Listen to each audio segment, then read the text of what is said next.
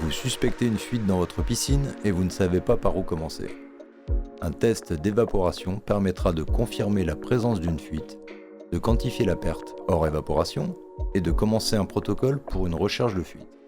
Avant d'effectuer ce test d'évaporation, un contrôle visuel dans votre local technique est primordial.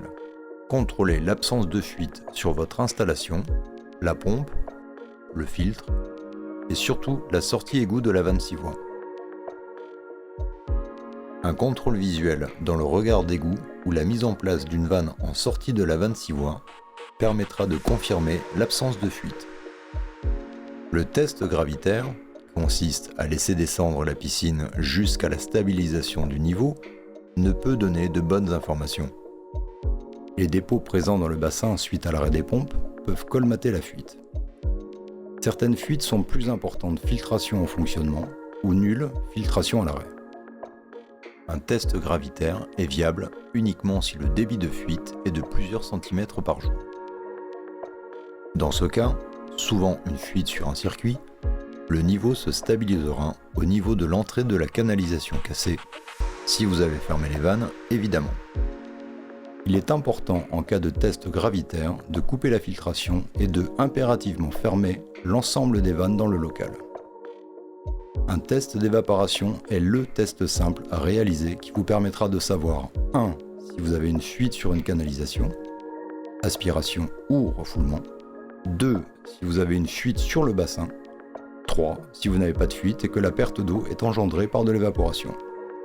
Évaporation qui peut être de plusieurs centimètres par semaine si le bassin est exposé au vent et ou si la différence de température entre le bassin et l'extérieur est importante. Pour la mise en place d'un test d'évaporation, vous aurez besoin d'un contenant idéalement transparent et lesté. Un vase par exemple. Le test est effectué sur 2 fois 24 heures. Si la perte est importante, le test peut être effectué pendant 12 heures. La piscine doit être à son niveau normal de fonctionnement. Le nettoyage du bassin avant le test est un plus. Aspirateur ou au minimum retirer les impuretés à l'épuisette. Première étape. Mise en place du contenant dans la piscine. Le contenant doit être posé dans la piscine, sur une marche par exemple. Le haut du contenant ne devra pas dépasser de plus de 2 cm au-dessus du niveau d'eau. Si besoin, vous pouvez le lester. Par transparence, le niveau dans le contenant doit être le même que celui de la piscine.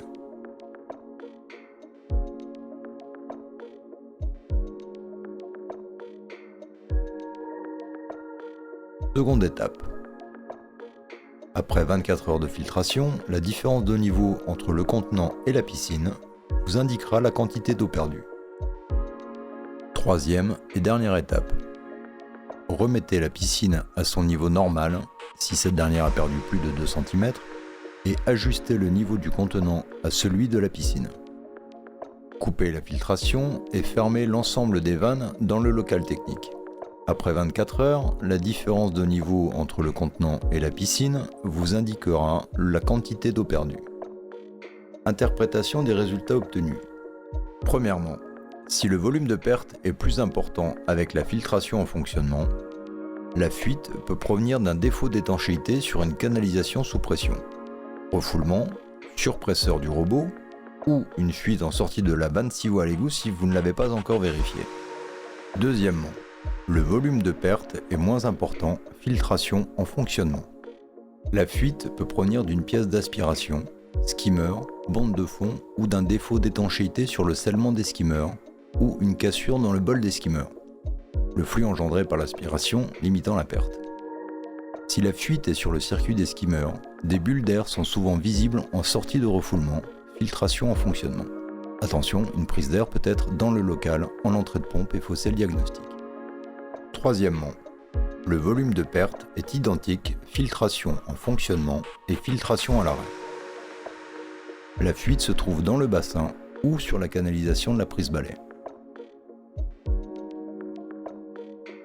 Si le revêtement est du type liner, vous pouvez observer minutieusement ce dernier à l'aide d'un masque.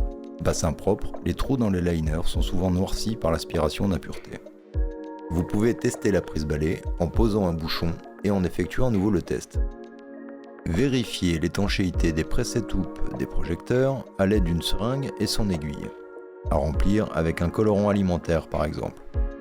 Vous devez dans tous les cas bien prendre conscience qu'une fuite de 2 cm par jour sur une piscine de 40 m² représente 800 litres par 24 heures, soit 33 litres heure et donc 1 demi-litre en 1 minute.